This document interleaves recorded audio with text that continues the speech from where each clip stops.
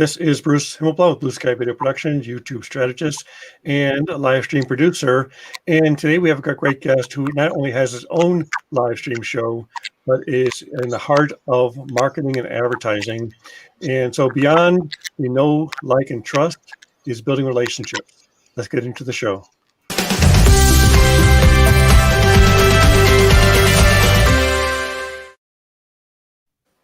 Hi, Tim.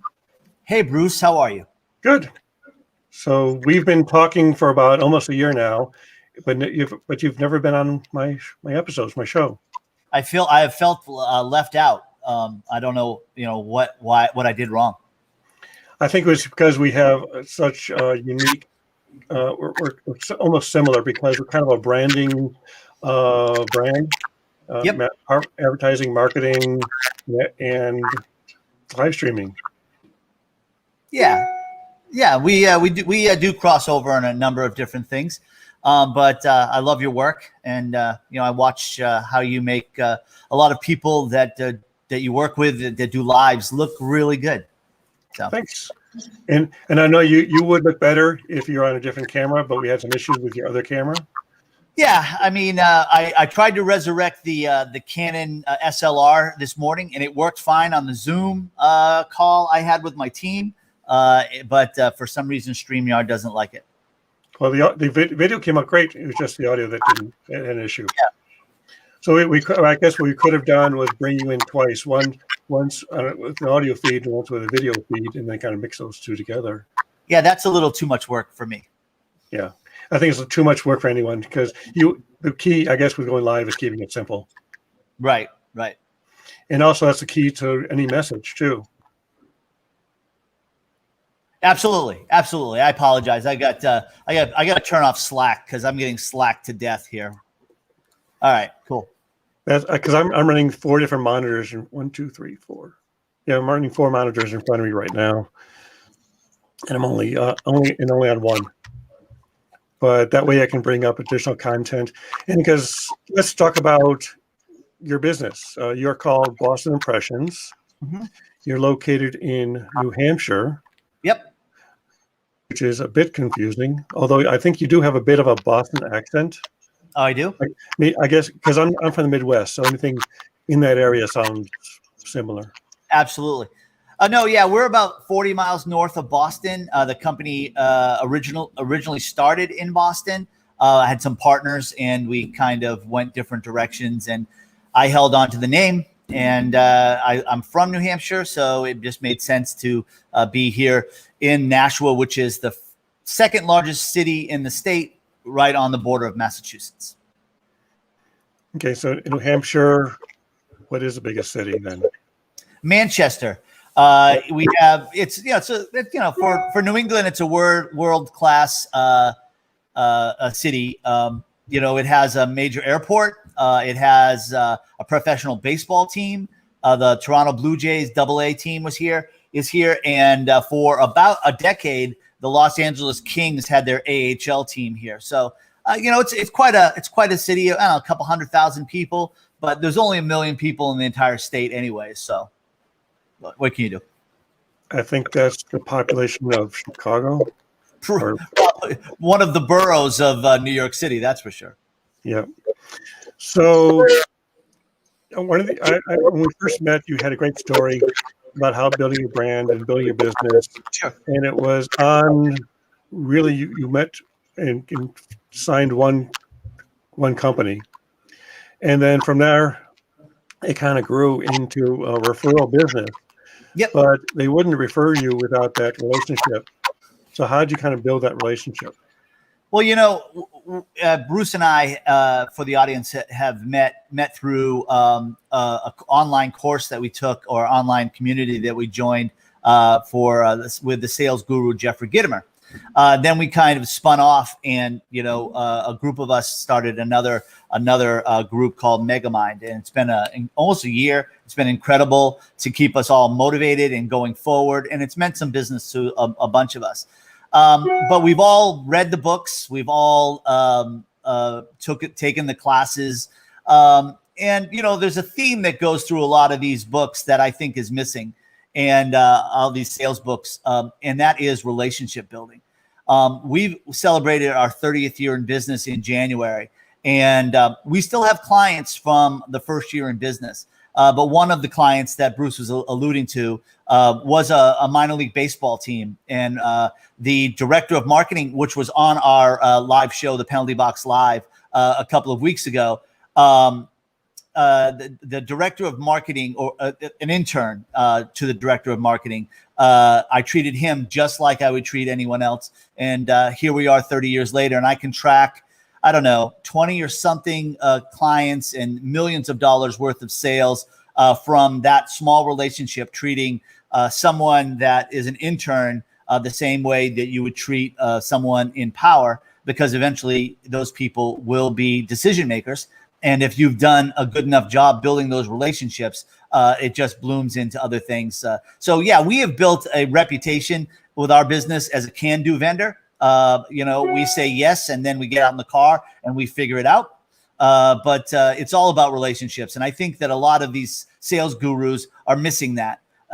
It's a referral business. You do a good job. There's a lot of different lines that go from one client to another. Someone in marketing at one school, we do a lot of work with schools and universities, will eventually end up at another college or university, and they'll take you with them. So yeah, that's how we built our business. And the underlying thing is that we make sure that we have fun at what we do every single day, or we don't do it. And so we got some audience here. Hi, Norm. And definitely Kellen is part of the family as well, the Mega Man family. And Norm had a good comment here, which is relationships that last are built on foundations of trust, right, responsiveness, and follow through. You must believe you truly care about their business. And I think one of his other things is people don't care how much you, or like, was it how the saying goes? They don't care how much you know until you know how much they care. Right. And he's got a great point, but you really have to believe in their business. And I've had relationships with people that have turned into friends, gone to weddings, been part of their lives, gone out to dinner outside of the day-to-day business. I've had some clients say, we really love you guys, but we need another level of support because of the amount of work we're doing.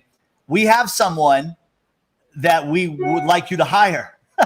And we've hired someone that an outside company has recommended, a friend or a coworker or someone that they love internally, but then they couldn't maybe afford them or whatever. So we've hired them.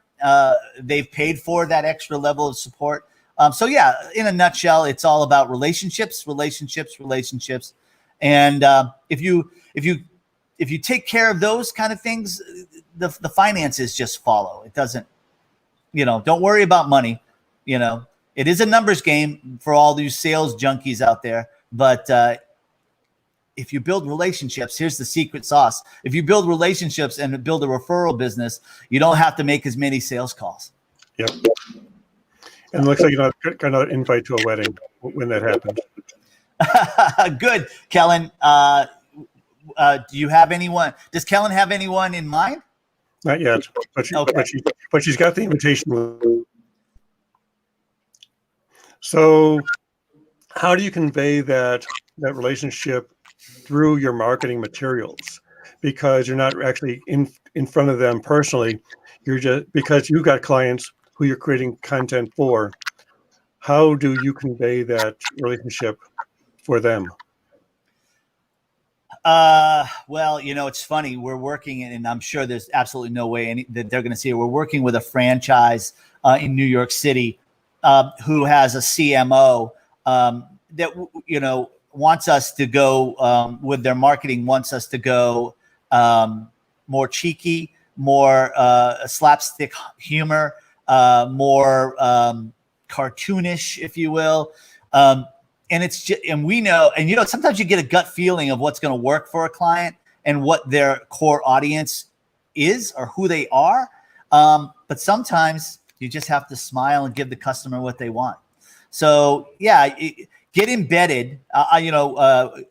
We get embedded and really learn who our customers' what their core values are, and who their target audience is, and we market to them as if we were one of them.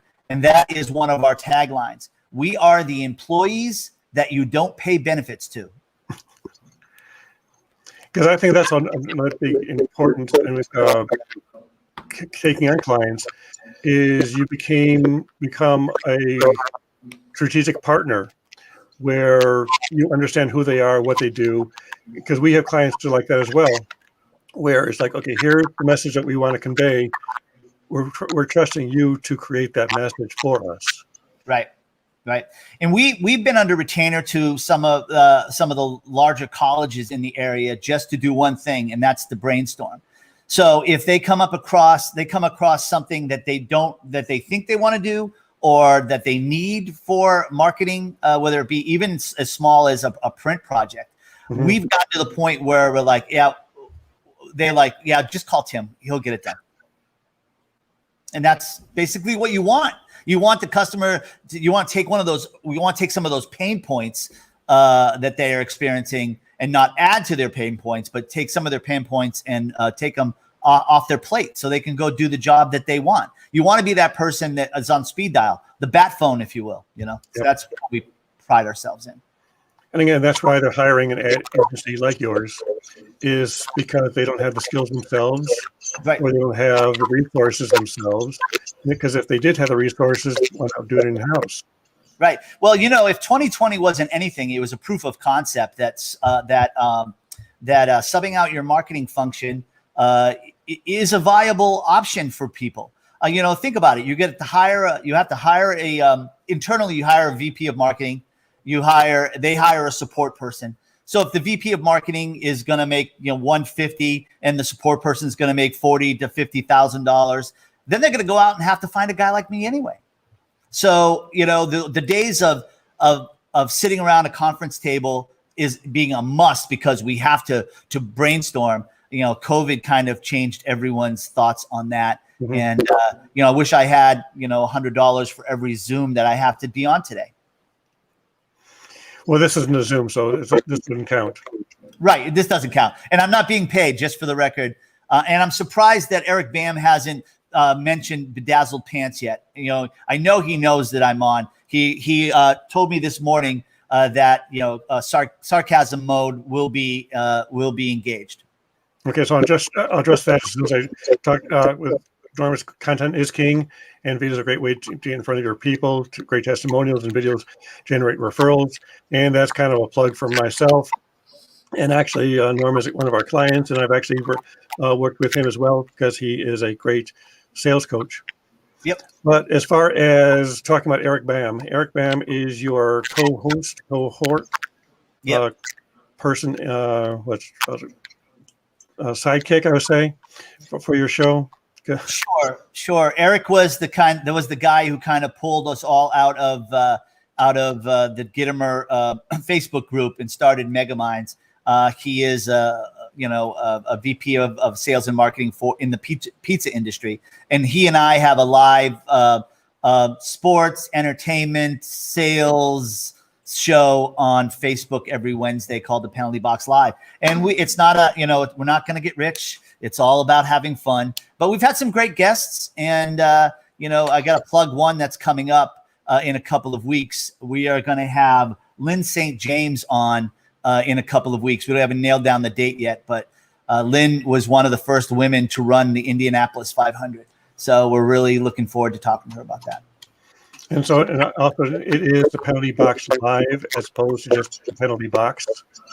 Yeah, the Penalty Box is what you get in when you're on the ice playing hockey.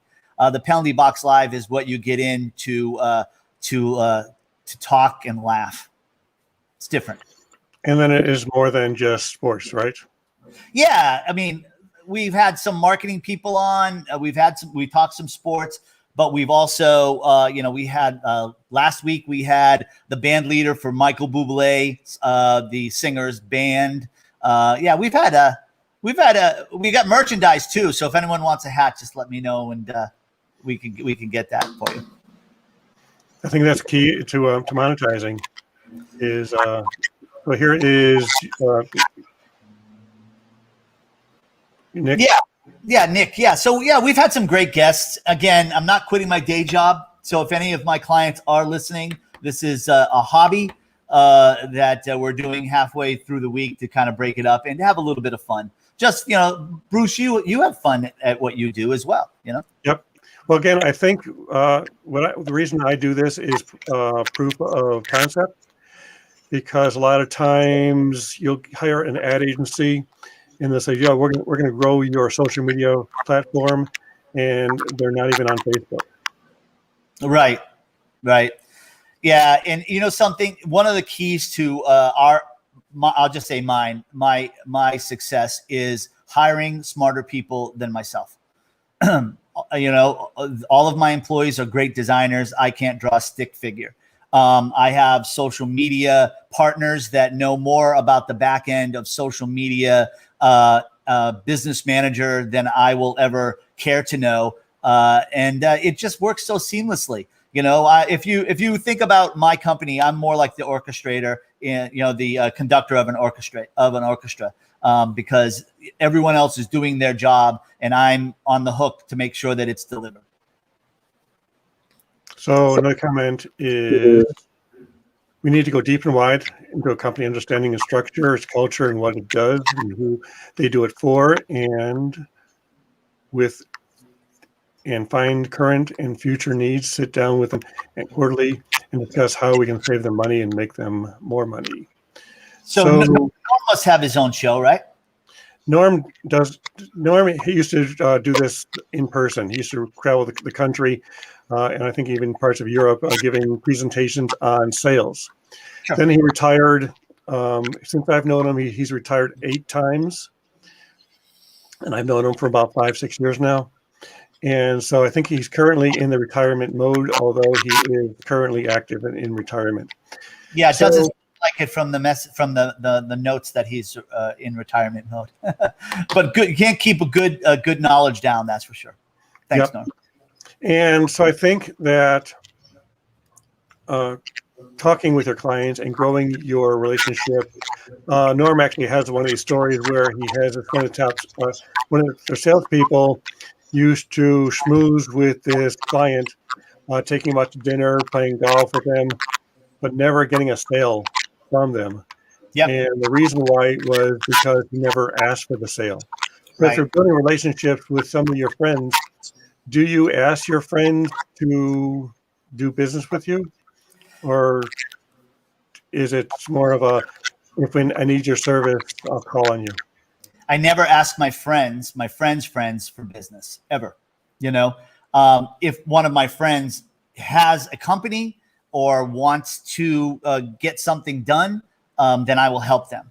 But I try not to cross those lines. Now, customers have become friends, but they're customers first.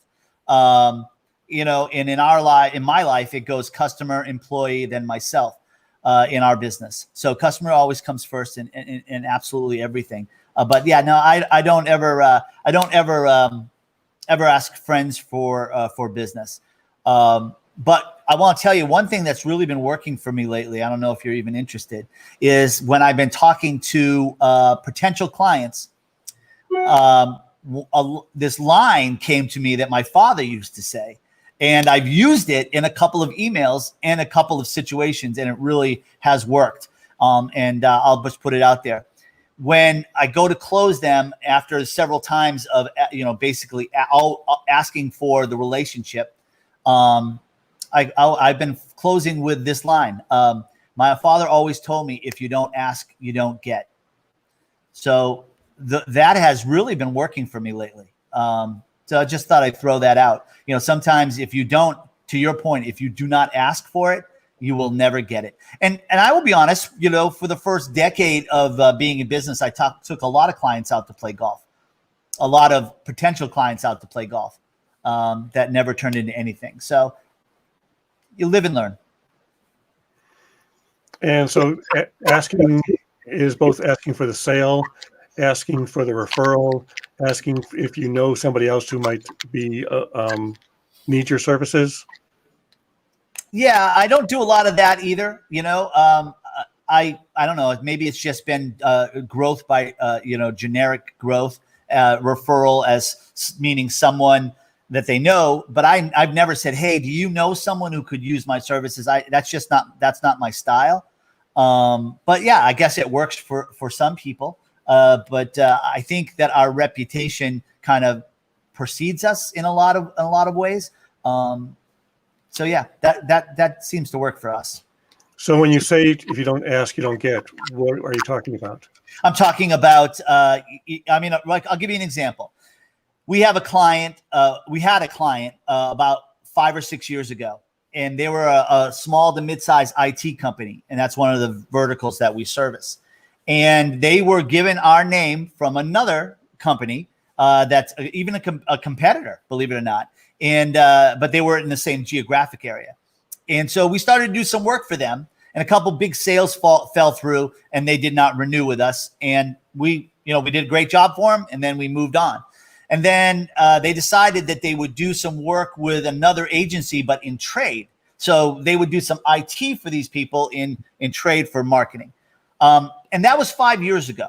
Out of the blue, about a month ago, I got an email from the president of the company, and he said, we're interviewing new agencies, and you are top of mind. And so they interviewed us, and they're interviewing other people. But the fact is that they've already worked with us. They know who we are. And in the meantime, I had every single one of my people send every decision maker a personal email. Hi, my name is Katie. I'm a designer here at Boston Impressions. I understand that you've worked with us in the past. And Tim tells me that you're considering working with us again. This is my role in the company. I'm looking forward to working with you. So every single one of those people on our team reached out and had a touch point with them. And then my final email to them is, you're about to make a decision. My father always told me, if you don't ask, you don't get. I'd really love to work with you again. So we'll see. They haven't made a decision yet, but we're still in the game.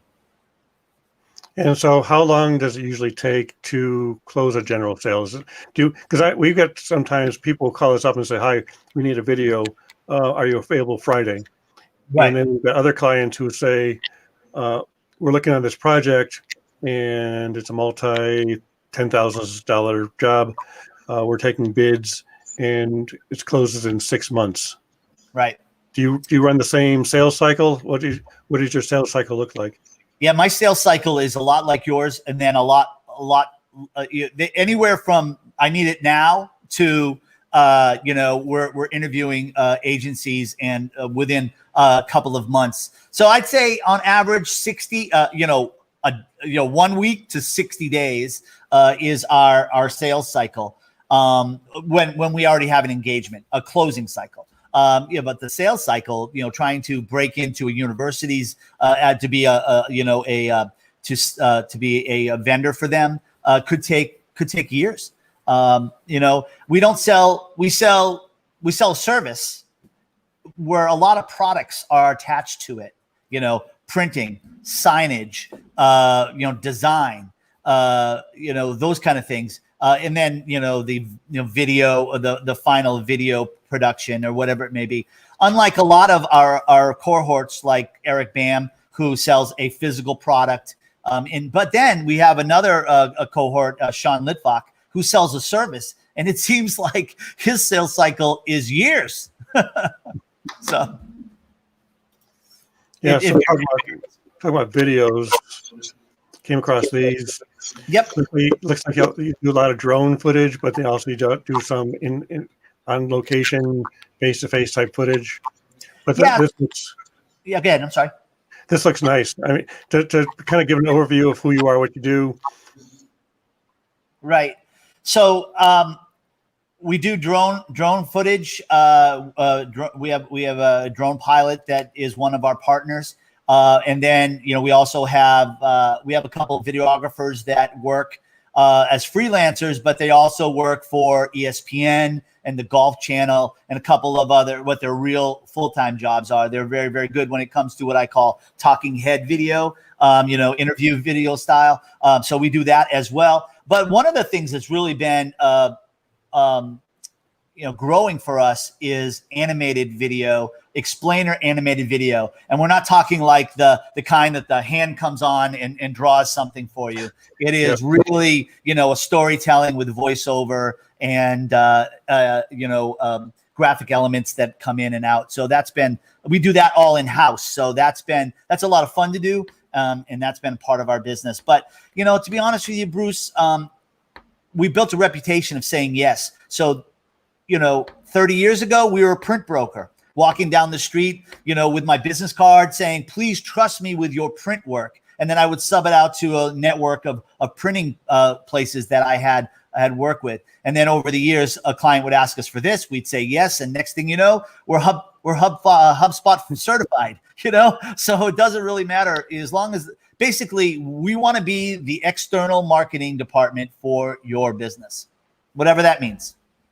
So there's a guy behind you who's been sitting there pretty quiet. Sure. Is there a story behind that? Yeah. So in 2015, it was the 35th anniversary of the Back to the Future movie.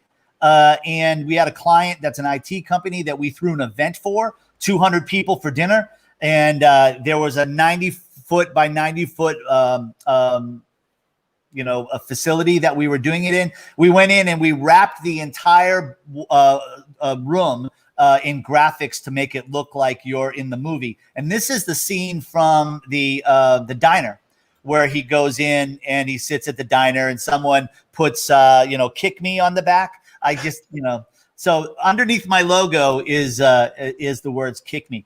But yeah, so we created this whole atmosphere. We had it catered. We had a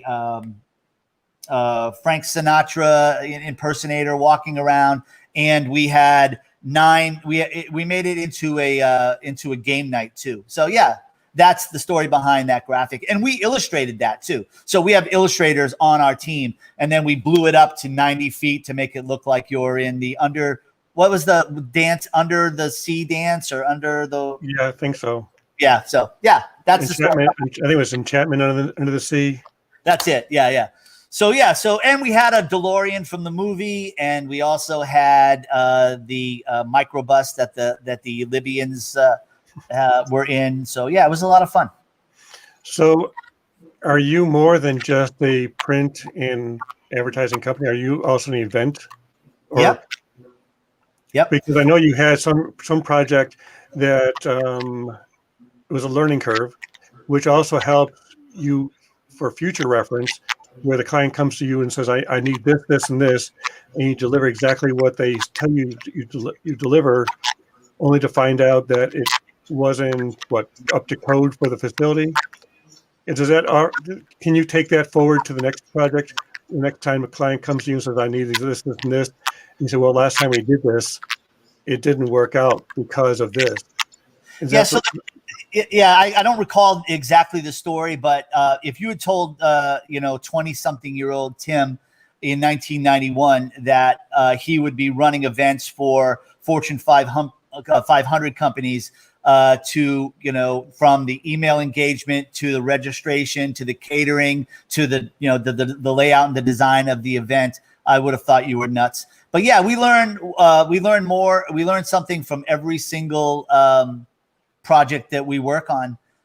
We just wrapped up a project for the Boston Celtics that we thought was gorgeous. It was the design of a hallway in the hospital that they go to get all of their limbs fixed.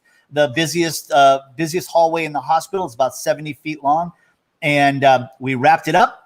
And literally, there was this design of basketballs at different heights coming out of the wall. About 40 of them. And while we were putting up the last two, this guy walks by and he shows us his badge. I thought it was a doctor. He was the facilities guy. And he said, how many more of those are you going to put up on the wall? And I said, oh, we're putting up the last two, thinking that it's good. It had a hardwood floor all over it and everything. He said, do you have a tape measure? I said, sure. So he goes up to the largest basketball, and there were 6 of them that were off the wall, and it was 5.5 inches off the wall, and the mandate is 4.5 inches. So long story short, because the marketing person did not run this project by facilities, everything had to come off the wall. Everything. So we did the project. It looks gorgeous. I've got photos to prove it. But now we're in the process of reworking it because half of the materials were not fire retardant enough. They were, but not enough to his standards. And I just think it's a proof of when you're internal or external marketing group, you have to make sure you involve every single person that's involved in every possible scenario, or you'll end up pissing someone off. And I think that's what happened in this case. So next time you go back to the hospital, you know who to talk to first. Well, it's so funny, when we're wrapping it up, I called the director of marketing and I said, there's this gentleman standing here and he's not happy. She calls me back and she goes, yeah, this is all my fault. I should have. And it's just a product of COVID-19, believe it or not, because they've not been in the same building for a year. And we've been literally working on this project for a year. So it came out great, but we're going to rework it. It'll look nice when we're done. So anything else? I know we've talked about half an hour now. A lot of good information, relationship building. And is there anything else you're going to say? Who you are, what you do, any messages to your fans out there in the internets? I don't have many fans, but I will tell you this: I have, and I'm not big into plugging, but I do have the most amazing team that works for me, and I'm blessed every single day. We laugh when we're actually in the studio, which we haven't been in over a year. I make them breakfast and lunch, and we have, cocktails when we get stressed. And I just recently put a basketball hoop here in the studio. So we're going to have a horse tournament when they come back. Yeah, we have fun at what we do because I determined a long time ago, if you're not going to have fun, don't do it. Yep. And you come as a testimonial. You have great customer experience. Thank you, Kellen. She's a fan. And email is email is a great touch point as well. Sure. But email, email is from a marketing person's running email projects for our customers sometimes can be the biggest problem because of deliverability and list health and things like that. When I started a long time ago, business cards were my Achilles heel. Now it's Outlook and trying to get an email past firewalls. So it is what it is. Yep. Well, great. Thank you much. It's been great talking to you. And I'll see you at our next group meeting. All right. Sounds good. Thanks for having me, Bruce. Great. Thanks for joining.